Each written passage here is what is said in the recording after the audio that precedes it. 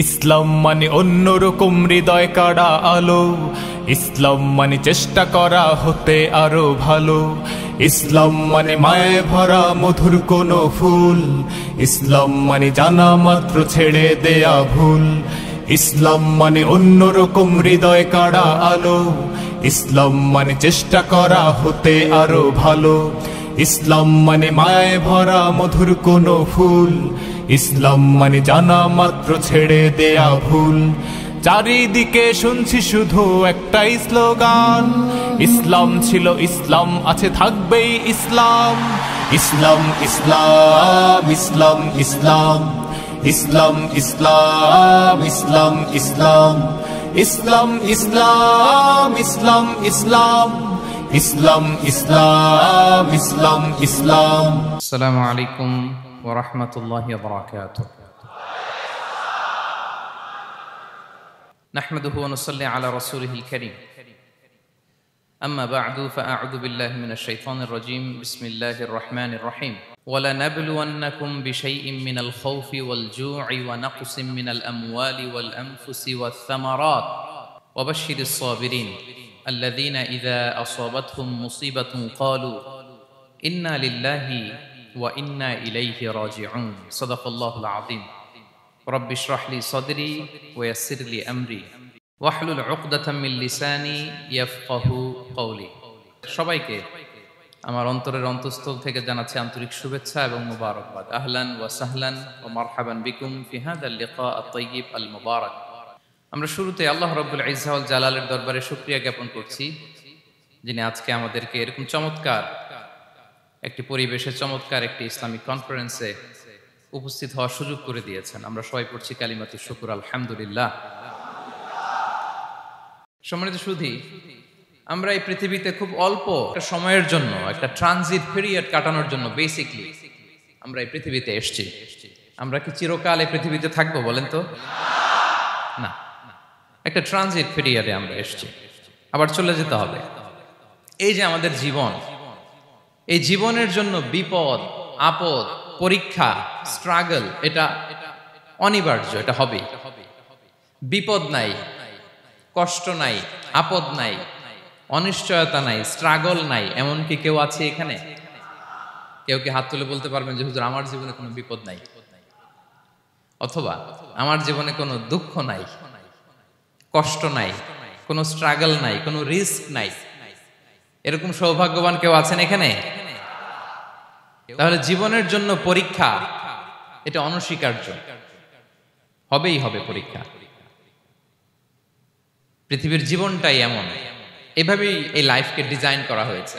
পরীক্ষা থাকবে, এখানে বিপদ থাকবে, এগুলো উত্তীর্ণ হয়ে আপনাকে যেতে হবে। চিরসুখ চির শান্তি এটাই পৃথিবীতে হয় না। চিরসুখ এবং চির শান্তির জায়গা হচ্ছে জান্নাত। চিরসুখ এবং চির শান্তি কোথায়? এটা জান্নাতের বৈশিষ্ট্য। চিরসুখ চির শান্তি, টেনশন নাই, ঝামেলা নাই, পরীক্ষা নাই, বিপদ নাই, রিস্ক নাই, স্ট্রাগল নাই। এটা হচ্ছে দ্য ফিচার্স অফ জান্নাত, জান্নাতের ফিচার। কিন্তু সমস্যা বাদে তখন যখন জান্নাতের ফিচার আমরা দুনিয়ায় খুঁজি। যেটা পাবো আমরা জান্নাতে, এটা খুঁজি কোথায়? এই তখনই সমস্যা বাদে। And this is the main problem. এটাই বড় সমস্যা। এই সমস্যার সমাধান কোথায়, এটা নিয়ে আজকে আমি কিছু কথা অ্যাড্রেস করবো ইনশাআল্লাহ। তো তাহলে আসুন শুনি জান্নাতের ফিচার কি। জান্নাতের কমন একটা ফিচার হচ্ছে জান্নাতে there will be no sickness in paradise. জান্নাতে কোনো অসুস্থতা থাকবে না, চিরসুস্থ। সুবহানাল্লাহ পড়েন। চিরসুস্থ, চির সবল, কেউ অসুস্থ হবে না জান্নাতে। জান্নাত হবে অ্যান্টি এইজিং, জান্নাতে বয়স বাড়বে না কারো, চির যৌবনা, চির যুবক, অ্যান্টি এজিং। আপনারা জানেন যে বর্তমান পৃথিবীতে অ্যান্টি এজিং ক্রিম পাওয়া যায় না? ক্রিম, কথা বুঝতেছেন? অ্যান্টি এজিং ক্রিম পাওয়া যায়। তারা বলে এই ক্রিম মাখলে চামড়ায় ভাঁজ পড়ে না। এটার দাম আছে কিন্তু অনেক। অ্যান্টি এজিং ক্রিম লাগায়, শ্যাম্পু ইউজ করে, অ্যান্টি এজিং অয়েল আছে, এটা দিলে নাকি চামড়ায় ভাঁজ পড়ে না। ইভেন ভারতের অনেক বড় একজন ব্যবসায়ী মুকেশ আম্বানি, নাম শুনছেন না? যে তার ছেলের বিয়ে হয়ে গেল, তো এই মুকেশ আম্বানির স্ত্রী নীতা আম্বানি, সে কিছুদিন আগে এক বটল গোল্ড ওয়াটার খেয়েছে, gold water, and its cost $60,000 $60,000 দাম এক বোতল গোল্ড ওয়াটারের। কেন? ফর অ্যান্টি এজিং, যাতে বয়সের ছাপ গালে না থাকে। এখন বলেন, এভাবে কি আমাদের বয়সকে ধরে রাখা সম্ভব এই পৃথিবীতে? সম্ভব না, কারণ এই ফিচারটা দুনিয়ার ফিচার না, এটা জান্নাতের ফিচার। সুবহানাল্লাহ পড়েন। তাহলে জান্নাতে কেউ অসুস্থ হবে না, জান্নাত হবে চির যৌবন, চির যৌবনা। ওখানে আমরা যুবক থাকবো, প্রত্যেকে 33 বছরের যুবক যুবতী হয়ে জান্নাতে ঢুকবো। বিষ্ণু ইসলাম বলেন, আহলুল জান্নাতি জুরদা ওয়া মুরদা ওয়া আবনাউ সালাসিন ওয়া সালাসিন, জান্নাতে যারা যাবে শুভ্র দাড়িবিহীন, প্রত্যেকে হবে 33 বছর বয়সের। ওই যে 33 বছর বয়সে একবার ঢুকলেন, আর বয়স বাড়বে না, ওইটাই চিরকাল ওই বয়স পাবেন। জান্নাতের আরেকটা ফিচার হচ্ছে নো ফ্রাস্ট্রেশন, কোনো চিন্তা নাই, দুশ্চিন্তা নাই, হাইপার টেনশন নাই, সজীব প্রাণবন্ত। সুবহানাল্লাহ। জান্নাতের আরেকটা ফিচার হচ্ছে there is no expiry date in জান্নাত। এক্সপায়ারি ডেট আছে? জান্নাতে যে ঢুকবো 7 দিনের জন্য চেক ইন, নাকি? চেক ইন কয় দিনের জন্য? 7 দিন, 10 দিন পরে চেক আউট করে ফেলবে, এরকম না। নো এক্সপায়ারি ডেট, আজীবন। একবার এন্ট্রি পেলে বের হওয়ার টেনশন নাই। আল্লাহু আকবার। তাহলে no expiry date, rather it's eternal, আজীবন থাকবেন, খালিদিনা ফিহা, চিরকাল থাকবেন। এবং জান্নাতের সবচাইতে গুরুত্বপূর্ণ ফিচার হচ্ছে there will be no death in জান্নাত। জান্নাতে আপনার আর মৃত্যু হবে না, মৃত্যুর বিদায় হবে। তার মানে আপনি অমর হবেন। তাহলে আপনি চির সুস্থ, চির সবল হবেন জান্নাতে, চির যুবক থাকবেন, প্রাণবন্ত থাকবেন, আপনি অমর হবেন, আপনি জান্নাতে মরবেন না। জান্নাতীরা যখন জান্নাতে যাবে, ফেরেশতারা ডেকে বলবে, ইয়া আহলাল জান্নাতি ইন্না লাকুম আন তাসিহু ফালা তাসকামু আবাদা। জান্নাতীরা চিরকাল সুস্থ থাকবা, অসুস্থ হবা না। ইন্না লাকুম আন তাশিব্বু ফালা তাহরামু আবাদা, তোমরা শাবাব থাকবা, বুড়া হবা না। ওয়া ইন্না লাকুম আন তাহইয়াউ ফালা তামুতু আবাদা, চিরকাল বেঁচে থাকবা, মরবা না। এবং সেদিন জান্নাতে মৃত্যু দেয়া হবে, মৃত্যু দেয়া হবে। ইউতাল মাউতু বিকাবশিন আমলাহ, একটা ছাগলের আকৃতিতে মৃত্যুকে আনা হবে। ফায়ুযবাহুল মাউত, মৃত্যুকে জবাই দেয়া হবে। এবার জান্নাতীরা তাকিয়ে থাকবে, ফেরেশতারা বলবে, ইয়া আহলাল জান্নাতি খুলুদুন ফালা মাউত, হে জান্নাতীরা চিরকাল এই জান্নাতে থাকবে।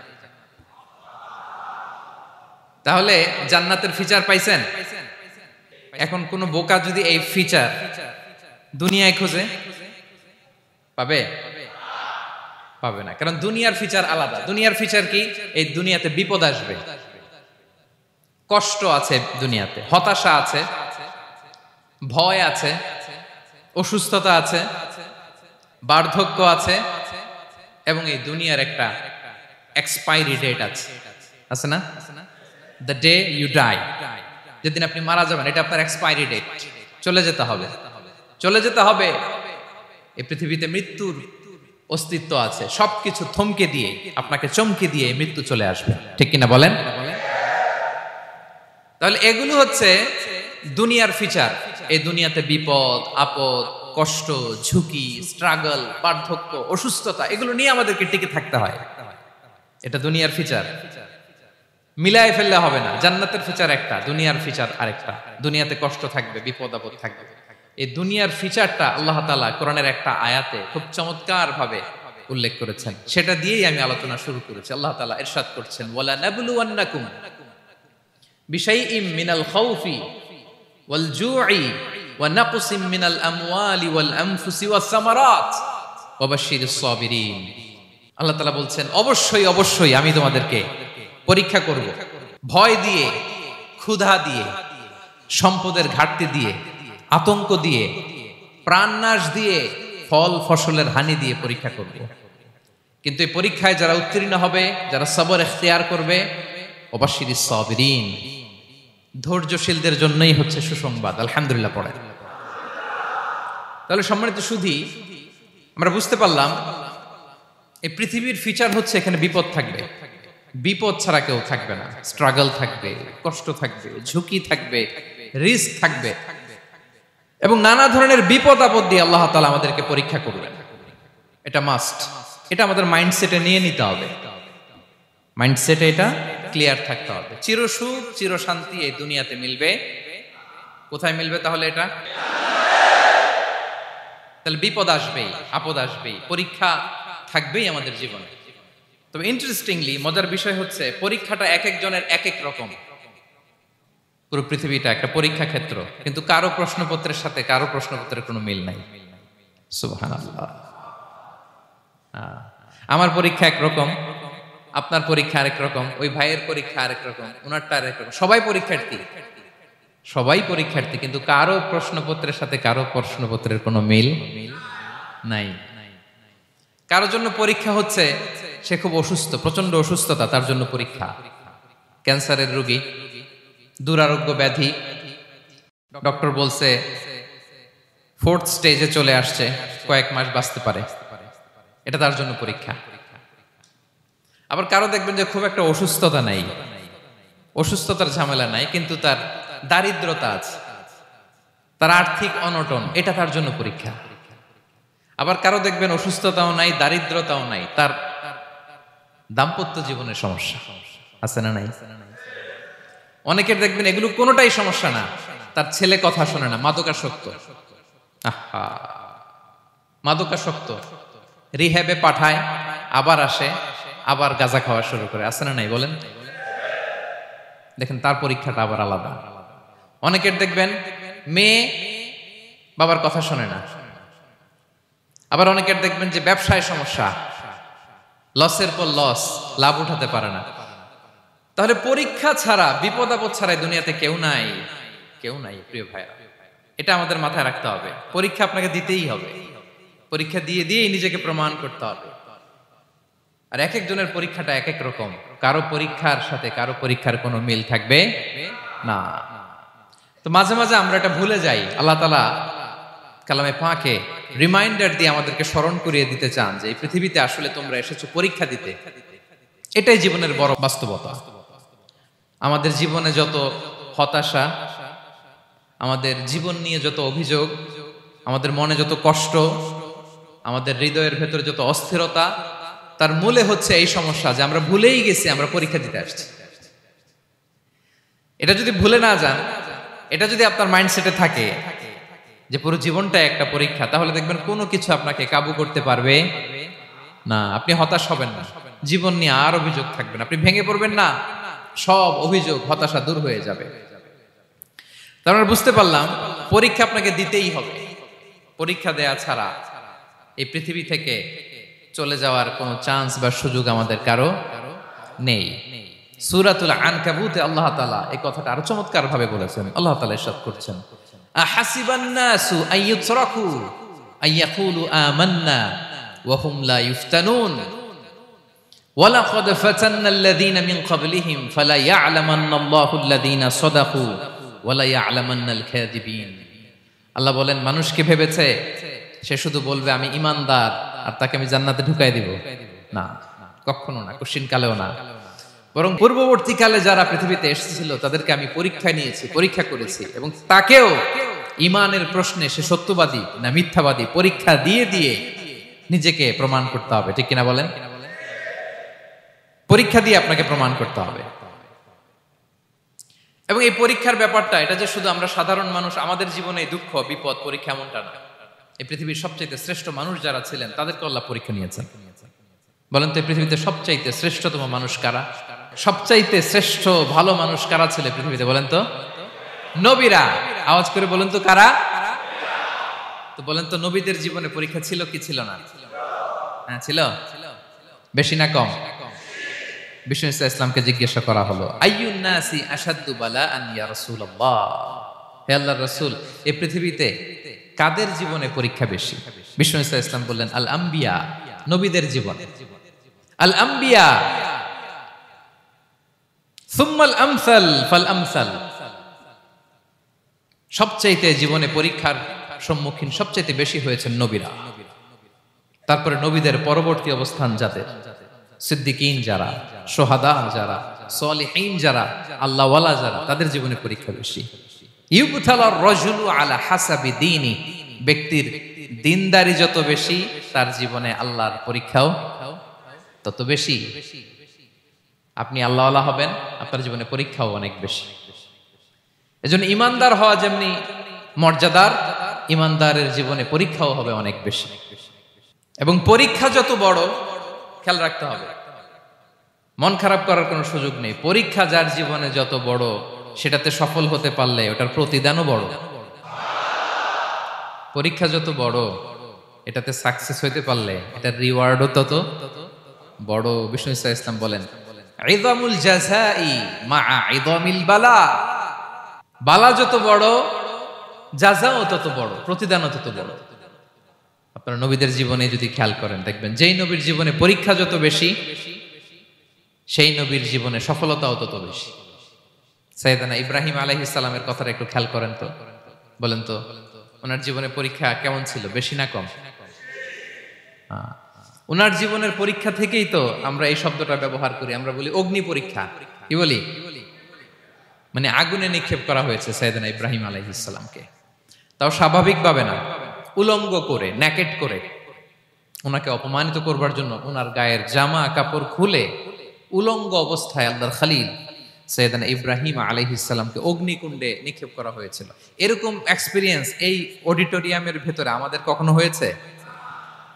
তাইলে সাধারণ মানুষের জীবনের পরীক্ষা আর নবীদের জীবনের পরীক্ষার মধ্যে পার্থক্য আছে না নাই? ওই পরীক্ষায় উনি পাশ করে ফেললেন। ৮৬ বছর পর্যন্ত আল্লাহর কাছে দোয়া করলেন, আল্লাহ আমাকে একটা নেককার সন্তান দাও। আল্লাহ সন্তান দেয় না। ৮৬ বছর পরে আল্লাহ তাআলা সাইয়েদনা ইব্রাহিম আলাইহিস সালাম এবং হাজারের ঘরকে উজালা করে সন্তান দিলেন। সাইয়েদনা ইসমাঈল আলাইহিস সালাম পৃথিবীতে আসলেন কত বছর বয়সে? ৮৬ বছর বয়সের এখানে কেউ আছেন? হ্যাঁ, আছি আমরা? কেউ নাই। ৮৬ বছর বয়সে প্রথম সন্তান পেয়েছে। তাদের ঘরকে উজালা করে আল্লাহর নবী সাইয়েদনা ইসমাঈল আলাইহিস সালাম আসলেন। এবার আল্লাহ বললেন, যাও স্ত্রীকে আর এই কলিজার টুকরা সন্তানকে, থাকো তো প্যালেস্টাইনে, প্যালেস্টাইন থেকে ১৫০০ কিলোমিটার দূর, দ্য ব্যারেন ল্যান্ড, ওই মক্কার ধুধুমরু প্রান্তরে রেখে আস, যেখানে কেউ নাই, মানুষ নাই, গাছ নাই, পাখি নাই, পানি নাই, যাও রেখে আস। আচ্ছা বলেন তো, ৮৬ বছর পরে যে লোকটা সন্তান পেল, বুঝে শুনে উত্তর দিয়েন, ৮৬ বছর পরে যে লোকটাকে আল্লাহ তাআলা সন্তান দিল, তার হৃদয়ে ওই সন্তানের জন্য মায়া বেশি না কম? এমনি তো আমাদের প্রথম সন্তানের হিস্ট্রিটা একটু খেয়াল করেন তো। প্রথম আমাদের যে মেয়ে হয়েছিল বা যাদের ছেলে হয়েছিল, তার প্রতি আদর, সোহাগ, দরদ, ভালোবাসা, আহ্লাদ কত ছিল। আর ৮৬ বছর বয়স আল্লাহ তাআলা ওনাকে সন্তান দিলেন, দিয়ে বললেন, যাও হাজারকে আর ইসমাঈলকে মক্কার ধুধুমরু প্রান্তরে রেখে আস। আল্লাহ তাআলা বলতে দেরি, চলে যেতে দেরি নাই, মুহূর্তে উনি রওনা হয়ে গেলেন। সুবহানাল্লাহ পড়বেন না? রেখে আসলেন মক্কার ধুধুমরু প্রান্তরে। এবার আল্লাহ বললেন, যাও রিটার্ন ব্যাক টু প্যালেস্টাইন, প্যালেস্টাইনে চলে যাও। চলে গেলেন, হৃদয়টা ভেঙে খান খান। অনেক বছর পরে আল্লাহ তাআলা আবার অনুমতি দিলেন, যাও এবার ছেলেকে দেখে আসতে পারো, যাও প্যালেস্টাইন থেকে আবার মক্কায় যাও। সাইয়েদনা ইব্রাহিম আলাইহিস সালাম প্যালেস্টাইন থেকে আবার ১৫০০ কিলোমিটার পথ পাড়ি দিয়ে, এখনকার মতো ফ্লাইটে যায় না, গাড়িতেও না, উটে করে। কিসে করে? উনি যে কতবার মক্কা থেকে ফিলিস্তিন এসেছেন আর গিয়েছেন, কোনো ইয়ত্তা নাই, হিসাব নাই। গেলেন, এবার ছেলেটা হাঁটতে পারে, দৌড়াতে পারে, একটু একটু কথা বলতে পারে, আব্বা আব্বু ডাকতে পারে। কেমন মায়া লাগে বলেন তো? মায়া ভালোবাসায় যখন টইটম্বুর, ঠিক ওই মুহূর্তে আল্লাহ বললেন, ছেলেকে জবাই করো, জবাই করো ছেলেকে। আল্লাহ তাআলা বলতে দেরি করেছেন, আল্লাহর আদেশ পালনে ১ সেকেন্ডও তিনি দেরি করেন নাই। ছুরি চালালেন, জান্নাত থেকে দুম্বা নিয়ে আসা হলো। এভাবে আল্লাহর নবী ইব্রাহিম আলাইহিস সালাম ওনার জীবনের প্রতিটি ক্ষেত্রে যেখানে আল্লাহ তাআলা ওনাকে পরীক্ষা নিয়েছেন, উত্তীর্ণ হয়েছেন। এবং দেখেন ওনাকে আল্লাহ তাআলা কি উপহার দিলেন? আল্লাহ তাআলা ওনাকে খলিলুল্লাহ উপাধি দিলেন, আল্লাহর বন্ধু। সুবহানাল্লাহ বলেন। আল্লাহ তাআলা বলছেন ওয়া ইযিবতালা ইব্রাহিম রাব্বুহু বিকালিমাতিন ফাআতাম্মাহুন ক্বালা ইন্নী জাঈলুকা লিন-নাসি ইমামা। আল্লাহ অনেকগুলো পরীক্ষা নিয়েছিলেন সাইয়েদনা ইব্রাহিম আলাইহিস সালাম, প্রতিটা পরীক্ষায় সাকসেসফুলি পাস করেছেন, গোল্ডেন এ প্লাস। আল্লাহ বলেন ইন্নী জাঈলুকা লিন-নাসি ইমামা, I'm gonna make you the leader for the entire human being. I'm gonna appoint you as a leader for the entire universe. গোটা বিশ্বের জন্য, গোটা মানবতার জন্য আমি তোমাকে লিডার বানায় দিলাম। ইযমুল জাযাই মা'a ইযমিল বালা। পরীক্ষা যত বড়, ওই পরীক্ষায় পাশ করলে ওইটার ফলাফল ও প্রতিদানও বড়। তাহলে দেখেন প্রিয় ভাইরা, সাইয়েদনা ইব্রাহিম আলাইহিস সালামের জীবনে পরীক্ষার কোনো শেষ ছিল না। আমি আপনি কোথায়? আল্লাহর খলিলের জীবনে যদি এত পরীক্ষা থাকতে পারে, আমি আপনি কোথায় বলেন তো? এবার বলেন, সাইয়েদনা মূসা আলাইহিস সালাম, ওনার জীবনে তো কোনো পরীক্ষা টরীক্ষার ছিল না। হ্যাঁ, গুণে শেষ করতে পারবেন? জন্মটাই তো হয়েছে পরীক্ষার মধ্য দিয়ে। মিশরের ছেলে সন্তান হইলেই ফেরাউন বলছে জবাই করো। ওনার মা এরকম সিন্ধুকে করে ভাসায় দিলেন নীল নদীতে। আল্লাহু আকবার! কি একটা রোমাঞ্চকর পরিস্থিতির মধ্য দিয়ে আল্লাহ তাআলা ওনাকে বাঁচালেন। সুবহানাল্লাহ। জন্মই হয়েছে পরীক্ষার মধ্য দিয়ে। বড় হইলেন, ফেরাউনের ভয়ে দেশ ত্যাগ করলেন, মিশর থেকে মাদিয়ান। আবার আল্লাহর আদেশে যখন ফিরে আসলেন, আবার ফেরাউনের সাথে তর্ক বিতর্ক, যুদ্ধ। একটা রাত আল্লাহ নবী মুসা আলাইহিস সালাম শান্তি মতো মিশরে ঘুমাতে পারে নাই। একটা রাত। শেষ পর্যন্ত এই ফেরাউন মুসা আলাইহিস সালামকে ধাওয়া করেছে। ফেরাউনের ধ্বংসের আগ পর্যন্ত সে মুসা আলাইহিস সালামকে ধাওয়া করেছে। তার মানে মুসা আলাইহিস সালাম এই বিপদ আপদ পরীক্ষা এগুলো থেকে মুক্তি পান নাই। এবার বলেন ঈসা আলাইহিস সালামের কথা। ওনার জীবনে তার পরীক্ষা ছিল না? কি পরীক্ষা ছিল? হ্যাঁ, আল্লাহু আকবার। Same scenario goes to the biography of every messenger in the world. পৃথিবীর সব নবীর ক্ষেত্রে একই ঘটনা ঘটেছে। সাইয়েদনা ঈসা আলাইহিস সালাম দাওয়াত যখন দিলেন, ওনার বিরোধিতা শুরু হলো, ওনাকে হত্যার ষড়যন্ত্র হলো। ইভেন কি ওনাকে মারার জন্য বনি ইসরাইলেরা উদ্ধত হলো, জানে বাঁচবার জন্য পালালেন। এক ঘরে ঢুকলেন, চারদিক দিয়ে ঘেরাও করলো। উনি দরজা জানালা লাগাই দিলেন। ওরা বললো একজন দরজা ভেঙে জানালা ভেঙে ভিতরে ঢুকো, ঢুকে দেখো বেটা ঈসা কি করে। একজন ভিতরে ঢুকছে, ঢুকার সাথে সাথে বল রাফাআহুল্লাহু ইলাইহি, আল্লাহ তাআলা ঈসা আলাইহিস সালামকে উপরে উঠায় নিলেন। আর যেই লোকটাকে তারা ভিতরে ঢুকালো, তার চেহারাকে আল্লাহ তাআলা ঈসা আলাইহিস সালামের চেহারার মতো করে দিলেন।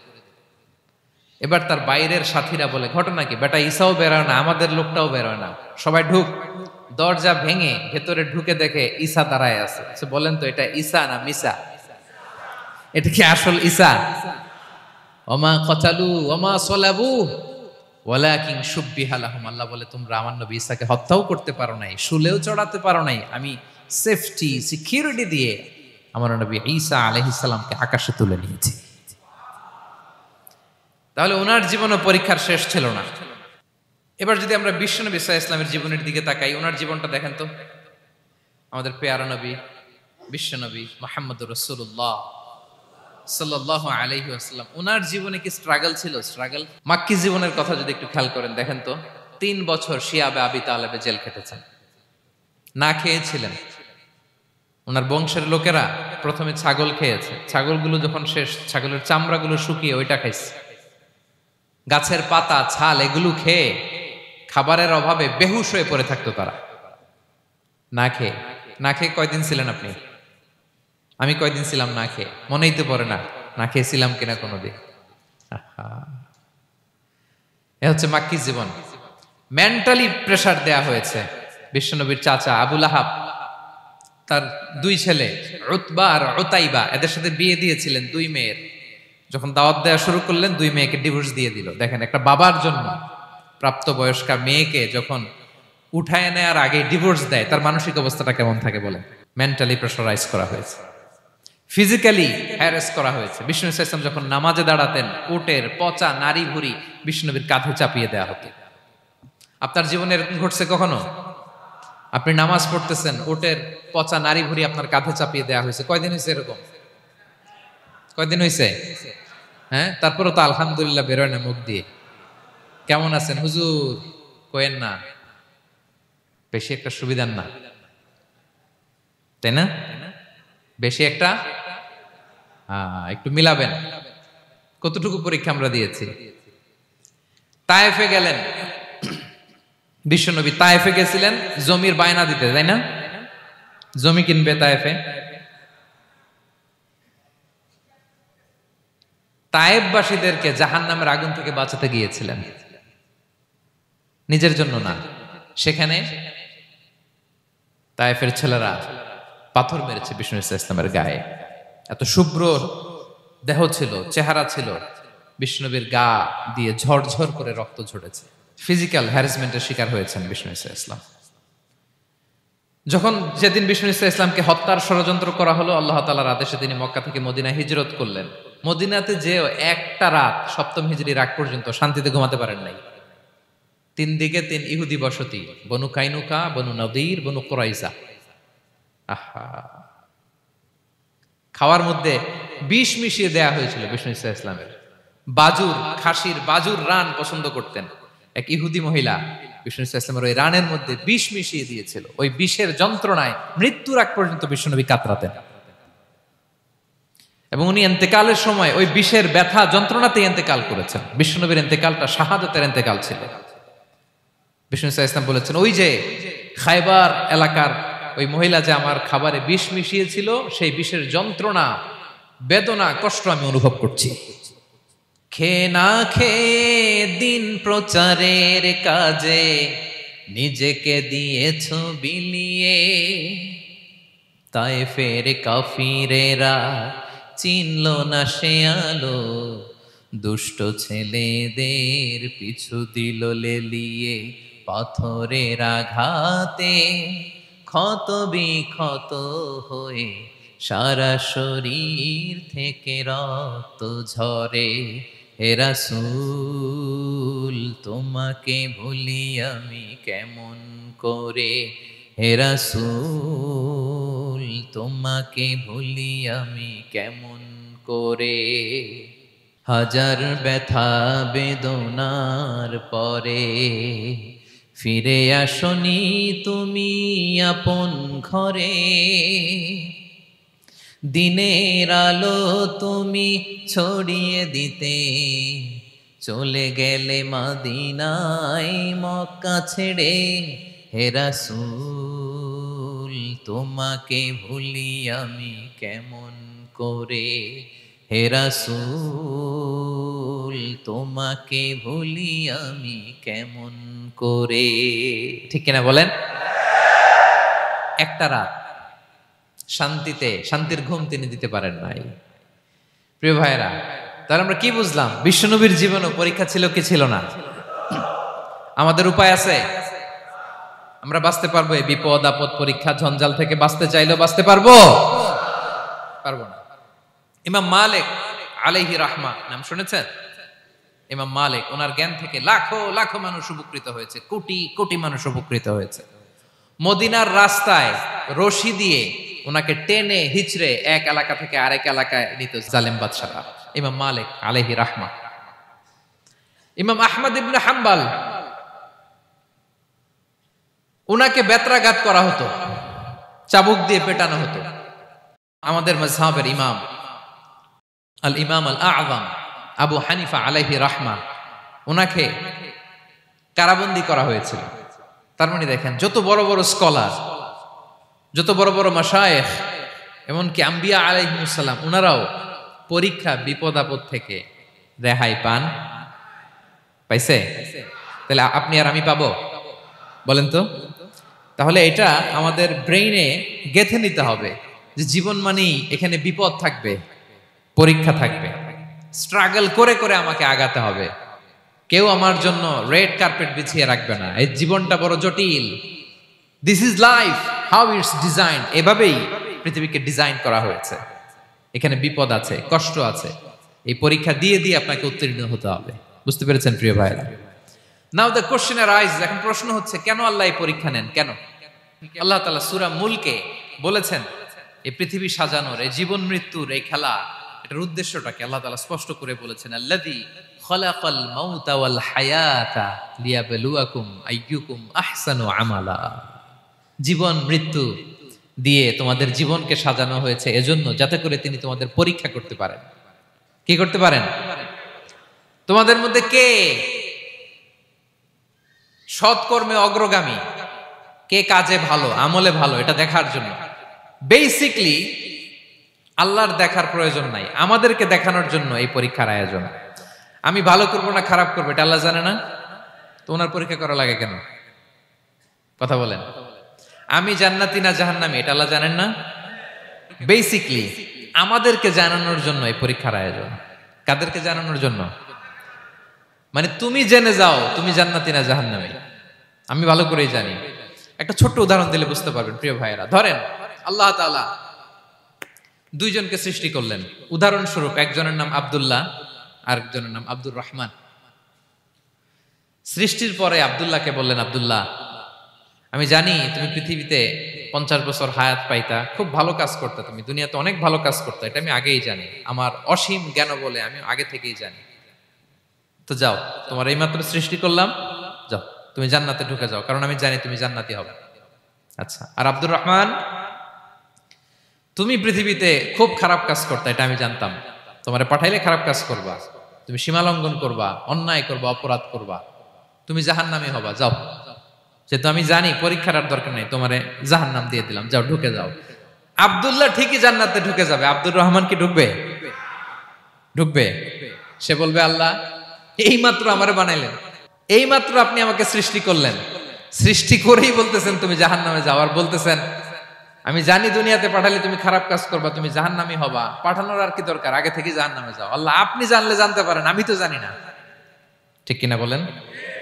সে বলবে, না আল্লাহ আপনি ভুল বলতেছেন, এই দুনিয়াতে পাঠাইলে আমি খুব ভালো কাজ করতাম, আমি সীমালঙ্ঘন করতাম না, নামাজ পড়তাম, রোজা রাখতাম, হজ করতাম, যাকাত দিতাম, সাদাকা করতাম, চ্যারিটি করতাম, জনকল্যাণকর সব ভালো কাজগুলো আল্লাহ আমি করতাম। এজন্য আল্লাহ তাআলা পরীক্ষার আয়োজন করেছেন, যাতে করে তুমি জেনে যাও যে পৃথিবীতে তুমি কি করেছো। এখন আর আল্লাহকে এক্সকিউজ দেওয়ার সুযোগ নেই। আচ্ছা বলেন তো, আবু জাহেলকে যদি আল্লাহ এখন কিয়ামতের দিন বলে, আবু জাহেল go to the hell fire, আবু জাহেলের কিছু বলার সুযোগ আছে? কারণ ও দুনিয়াতে কি করে আসছে এটাও জানে না। ফেরাউনকে ডেকে যদি আল্লাহ বলে, ফেরাউন তুমি জাহান্নামে যাও, go to the hell fire, ওর কি কোনো এক্সকিউজ দেওয়ার সুযোগ আছে? বলেন, সুযোগ আর আছে? কারণ তুমি দুনিয়াতে কি করেছো তোমার চেয়ে ভালো কেউ আর জানে। তা পৃথিবীতে এই পরীক্ষার এই আয়োজনের সবচাইতে বড় উদ্দেশ্য হচ্ছে যাতে করে আমরা দেখে যাই যে আমরা কি কাজ করছি। কেউ যখন পরীক্ষা দেয় প্রিয় ভাইরা, ওই পরীক্ষায় কত পাবে তার একটা হিসাব আছে না? বলেন, আপনি গণিত পরীক্ষা দিয়ে আসছেন, যে 100-তে 100 পাবে সে বলতে পারে আমার সব অঙ্ক হয়েছে, ঠিক কিনা বলেন? আর যে লাড্ডু গুড্ডু বুঝছেন তো, কিছুই পারে নাই, ঘোড়ার ডিম, তারও একটা হিসাব আছে যে সে কিছুই লিখে আসতে পারে নাই। তাই পৃথিবীতে এই পরীক্ষার আয়োজনের প্রধানতম কারণ হচ্ছে যাতে করে আমরা বুঝে যেতে পারি যে আমরা কোথায় যাব, জান্নাতে না জাহান্নামে। প্রিয় সুধী, এ পর্যায়ে আমরা জানবো এই যে পরীক্ষা আল্লাহ তাআলা নিচ্ছেন আমাদেরকে, এই পরীক্ষায় সফল হওয়ার মূল মন্ত্র কি। কোরআনে বিভিন্ন আয়াতে এই পরীক্ষার কথা বলা হয়েছে এবং এই পরীক্ষার সফলতার মূল মন্ত্রও কোরআনে ঘোষিত হয়েছে। আলহামদুলিল্লাহ বলেন। যে আয়াত দিয়ে আমি শুরু করেছি, এই আয়াতে আল্লাহ তাআলা বলেছেন, ওয়াবাশশিরিস সাবিরিন, নবী হে ধৈর্যশীলদেরকে আপনি সুসংবাদ দিন, ধৈর্যশীলদেরকে সুসংবাদ দিন। তার মানে বিপদে ধৈর্য ধারণ করতে হবে প্রিয় ভাইরা। ইন্নামাস সাবরু ইনদা সাদামাতিল উলা, বিপদে আমরা অনেক সময় প্যানিক হয়ে যাই, অস্থির হয়ে যাই, কি করব, হতাশ না। মুমিনরা হতাশ হয় না, ধৈর্য ধারণ করে। কি করে? কি করে? ধৈর্য ধারণ করার শক্তি দাও গো মেহেরবান আমায়, দাও গো মেহেরবান। পড়েন, ধৈর্য ধারণ করার শক্তি দাও গো মেহেরবান আমায়, দাও গো মেহেরবান। সবাই বলুন একসাথে, ধৈর্য ধারণ করার শক্তি দাও গো মেহেরবান আমায়, দাও গো মেহেরবান। বুকের ভেতর ব্যথার নদী বইছে অবিরাম, বইছে অবিরাম। পড়ুন, ধৈর্য ধারণ করার শক্তি দাও গো মেহেরবান আমায়, দাও গো মেহেরবান। পড়েন আমিন। আল্লাহ যেন বিপদে আমাদেরকে ধৈর্য ধারণ করার তৌফিক দান করে। প্রিয় ভাইয়েরা, ধৈর্য এটা এমন একটা গাছ যে গাছের সারা গায়ে কাটা, কিন্তু এই গাছের ফলটা বড় সুস্বাদু। আই রিপিট, আমি আবারও বলছি, ধৈর্য এটা এমন একটা গাছ যে গাছের সারা গায়ে কাটা, কিন্তু ফলটা বড় মিষ্টি, ফলটা বড় সুস্বাদু। সবাই ধৈর্য ধারণ করতে পারে না। বিষ্ণু ইসলামকে আল্লাহ তাআলা নানা সময় আশ্বস্ত করেছেন, সান্ত্বনা দিয়েছেন, আর ধৈর্যের বাণী শুনিয়েছেন। আল্লাহ বলেন, ফাসবির কামা সবারা উলুল আজমি মিনার রসুল। নবী হে, আপনার আগে দৃঢ় প্রত্যয়ী নবীরা যেরকম ধৈর্য ধারণ করেছে, আপনিও ধৈর্য ধারণ করুন। সূরাতুল মুজাম্মিল আল্লাহ তাআলা বলছেন, ওয়াসবির আলা মা ইয়াকুলুনা ওয়াহজুরহুম হাজরান জামিলা। ওরা যাই বলুক, আপনি ধৈর্য ধারণ করুন, ওদের কথাকে ইগনোর করুন। Just ignore what they are saying to you. যা বলে আপনি জাস্ট ইগনোর করেন। ওরা বিষ্ণু ঈসা ইসলামের মনোবলকে ভেঙে দেওয়ার জন্য কখনো বিষ্ণু ঈসা ইসলামকে কবি বলে গালি দিত। কবি কি বলতো? শায়ের। কখনো বলতো মজনুন, পাগল। নাউজুবিল্লাহ পড়বেন না? পাগল বলে গালি দিত। মাঝে মাঝে বলতো কাহিন, গণক। মাঝে মাঝে বিষ্ণু ঈসা ইসলামকে তারা বলতো আবতার, লেস কাটা। মুহাম্মদ, তোমার ছেলে নাই, তোমার বংশ নির্বংশ হয়ে গেছে, তোমার নাম নেয়ার মতো কেউ নাই। আহা, কপাল পোড়া। গোটা বিশ্বব্যাপী বিষ্ণু ঈসা ইসলামের সুনাম সুখ্যাতি ছড়িয়ে দিয়েছে কে? আকাশ বাতাস মাড়িয়ে, সাত আকাশ ছাড়িয়ে আল্লাহর আরশ পর্যন্ত আল্লাহ তাআলা বিষ্ণুনবীর সুনাম সুখ্যাতিকে সুউচ্চ করেছেন। ঠিক কিনা বলেন? ইগনোর করুন। আপনাকে কবি বলে, গণক বলে, আপনাকে পাগল বলে, আপনাকে লেসকাটা বলে, জাস্ট ইগনোর দেন। বর্তমান সময়েও নানা ধরনের ট্যাগ আমাদেরকেও দেয় কি দেয় না বলেন? দেয়। আমাদেরকে কি বলে? মৌলবাদী বলে, বলে বলে ওই যে রাজাকার বলে। হ্যাঁ, রাজাকার রাজাকার খেলার দিন শেষ। মন মতো হইলে মুক্তিযোদ্ধা, মন মতো না হইলে রাজাকার, এই দিন শেষ। ওই দিন আর নাই। এই কার্ড দিয়ে আর খেলার দিন নাই। এগুলো মানুষ আর খায় না এখন, এগুলো গিলে না আর। সাধারণ মানুষ বড্ড সচেতন। দেখেন, কালের বিবর্তনে, সময়ের আবর্তনে একই পরিক্রমা আমাদেরকেও ট্যাগিং করে। আমাদেরকে মৌলবাদী বলে, ব্যাকডেটেড বলে, রাজাকার বলে, জঙ্গি বলে, যুদ্ধাপরাধী বলে। আছে না এরকম? ওয়াসবির আলা মা ইয়াকুলুন, নিজের সাথে মিলায় নেন। যা বলে ধৈর্য ধারণ করো। ওয়াহজুরহুম হাজরান জামিলা, জাস্ট ইগনোর দেন, ভালোভাবে ইগনোর করেন, খালাস, সালাম দিয়ে কেটে পড়েন। তাহলে প্রিয় ভাইরা, এই বিপদ আপদ আমাদের পিছু ছাড়বে না, পিছু ছাড়বে না। নবীদের পিছু ছাড়ে নাই, আমরা কোথায়? আমরা আর কি? বিপদ আমাদেরকে ধৈর্য ধারণ করতে হবে, মনোবল হারাইলে হবে না। দেখেন বিশ্বনবী কিভাবে আপনাদেরকে সান্ত্বনা দেয়। বিশ্বনবী বলেন, আজাবান লি আমরিল মুমিন, মুমিনের ব্যাপারটা বড় আশ্চর্যজনক। ফাইন্না আমরাহু কুল্লাহু লাহু খাইর, মুমিনের জীবনে যা ঘটে সবটাই খাইর, সবটাই কল্যাণ। ইন আসাবাতহু সাররাউ শাকারা ফাকানা খাইরাল্লাহ ওয়া ইন আসাবাতহু দাররাউ সাবারা ফাকানা খাইরাল্লাহ। মুমিনের জীবনে যদি সুখ আসে তাহলে মুমিন শুকরগুজার হয়, এটা তার জন্য ভালো। আর যদি মুমিন জীবনে দুঃখ আসে তাহলে সে সবর ইখতিয়ার করে, এটাও তার জন্য ভালো। সুবহানাল্লাহ। তাহলে দেখেন, আমরা হয় সুখে থাকি নয় দুঃখে থাকি, ঠিক কিনা বলেন? তাহলে সুখের সময় আমরা শুকর করি, কি করি? শুকরগুজার হই। শুকরিয়া করাও একটা ইবাদত, শুকরিয়া করাও কি?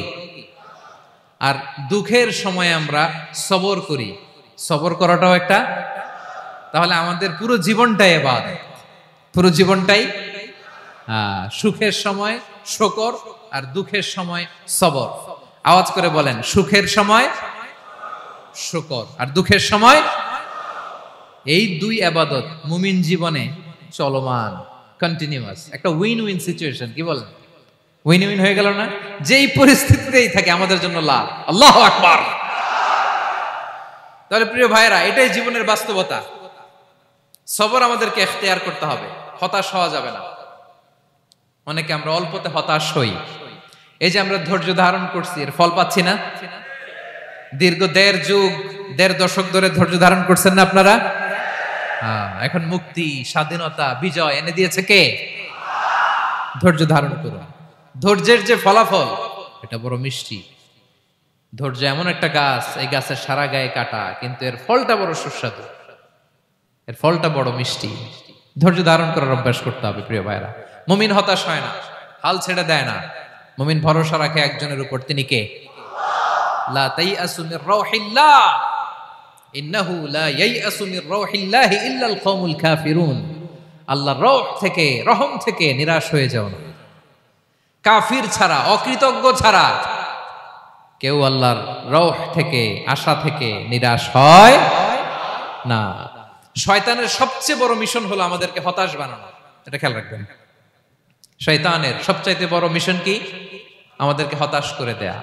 হতাশ বানাইতে পারলে সে সাকসেসফুল, খুশি। কিন্তু আমরা এত সহজে হতাশ হই না, আমরা নিরাশ হই না, আমরা বিপদে হাল ছেড়ে দেই না। আমরা ভরসা রাখি এক মহান সত্তার উপর, তিনি কে? মনে থাকবে?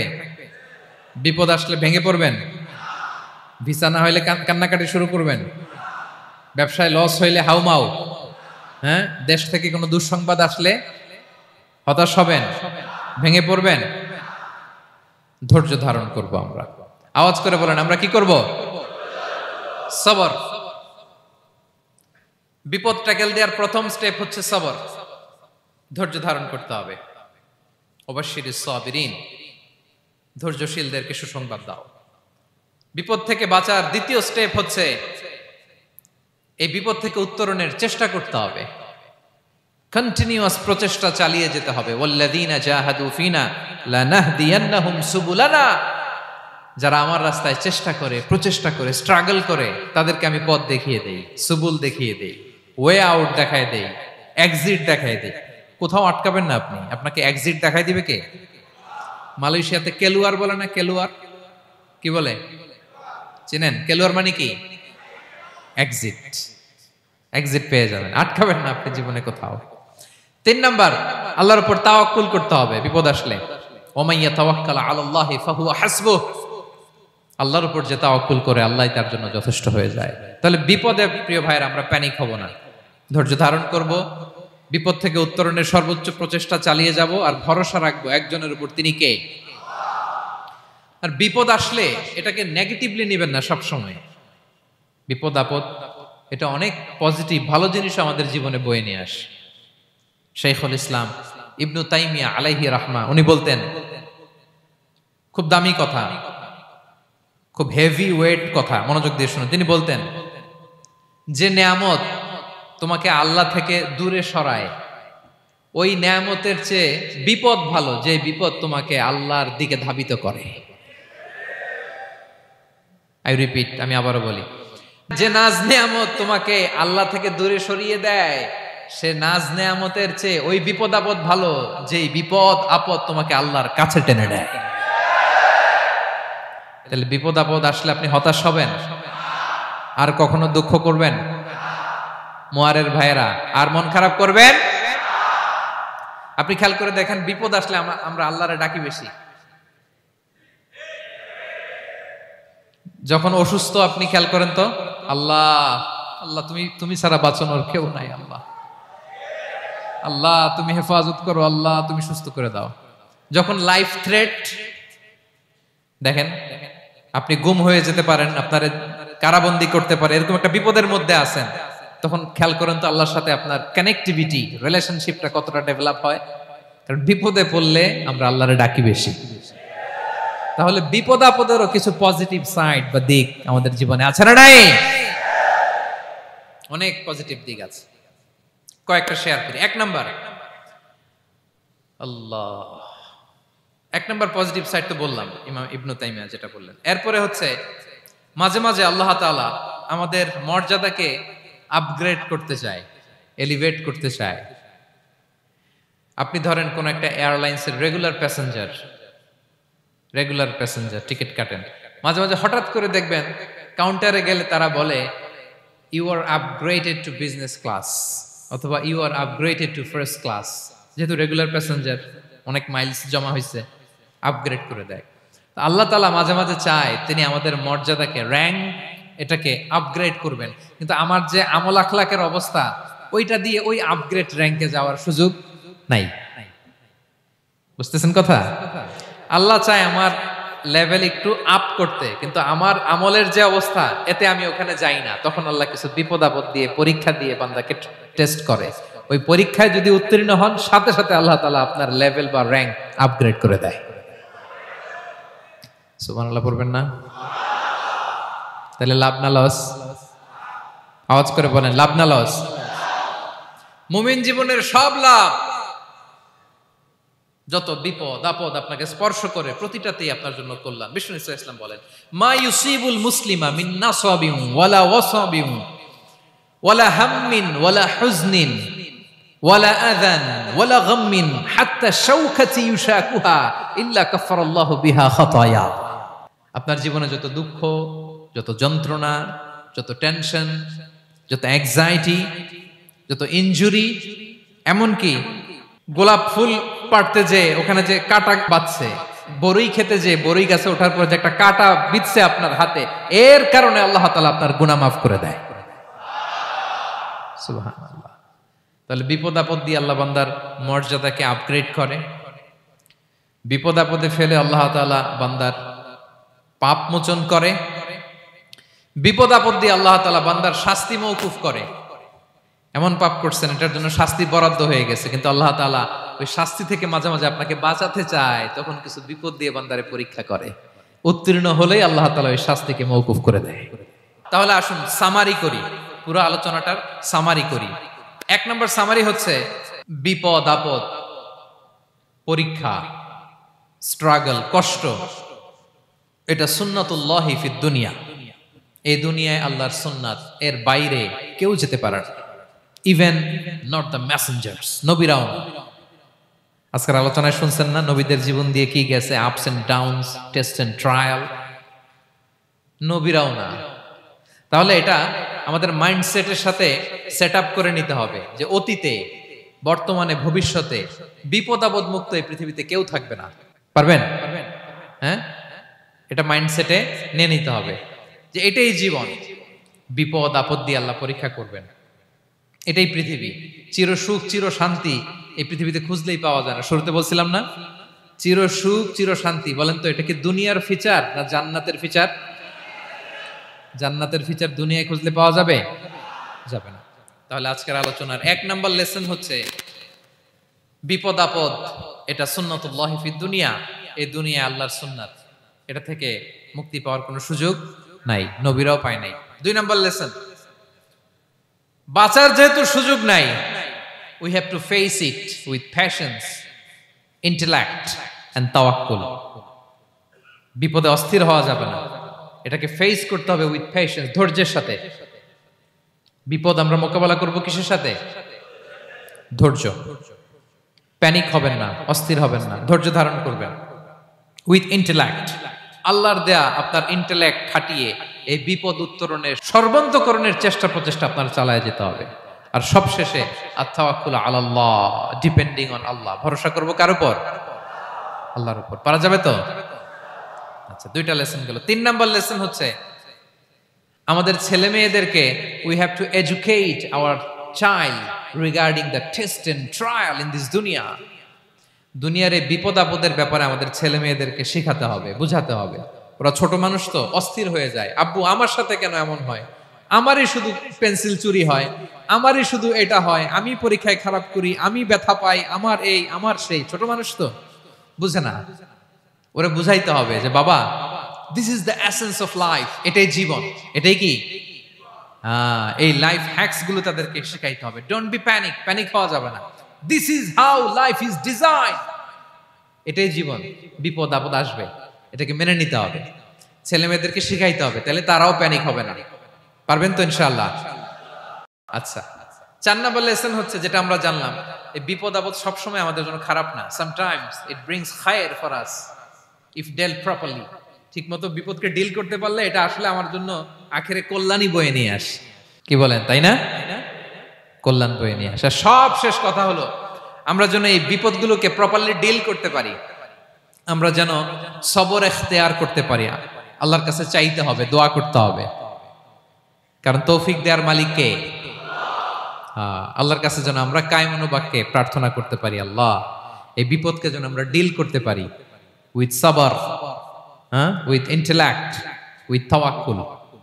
আসল হাতিয়ার হচ্ছে এটা, দোয়া। আল্লাহর কাছে চাইবেন, মনোযোগের সাথে চাইবেন, আন্তরিকতার সাথে চাইবেন। উদউল্লাহ ওয়া আনতুম মুখিনুনা বিল ইজাবা। বিষ্ণু বলেন এমন ভাবে চাও যেন তুমি অনেকটা কনফার্ম যে তোমার দোয়া আল্লাহ কবুল করবেনই, এমন ভাবে চাও। অনেকে রোবোটিক দোয়া করে। রোবোটিক দোয়া মানে দোয়ার মধ্যে প্রাণ নাই, ধ্যান নাই, মন নাই, আগ্রহ নাই, ভালোবাসা নাই। ওই দোয়া আল্লাহ কবুল করে না।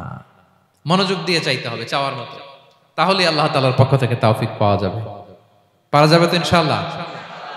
আল্লাহ তাআলা আমাদের সবাইকে বিপদে আপদে ধৈর্য ধারণ করার তৌফিক দান করুক। নবীরা তাদের জীবনে যেভাবে স্ট্রাগল, আপস এন্ড ডাউনস, বিপদগুলোকে, টেস্ট এন্ড ট্রায়ালগুলোকে ডিল করেছে, আমরা যেন সেভাবে ডিল করতে পারি। আল্লাহ তৌফিক দান করুক। আল্লাহ তাআলা আমাদের সবাইকে কথাগুলো বোঝা আর আমল করার তৌফিক দান করুক।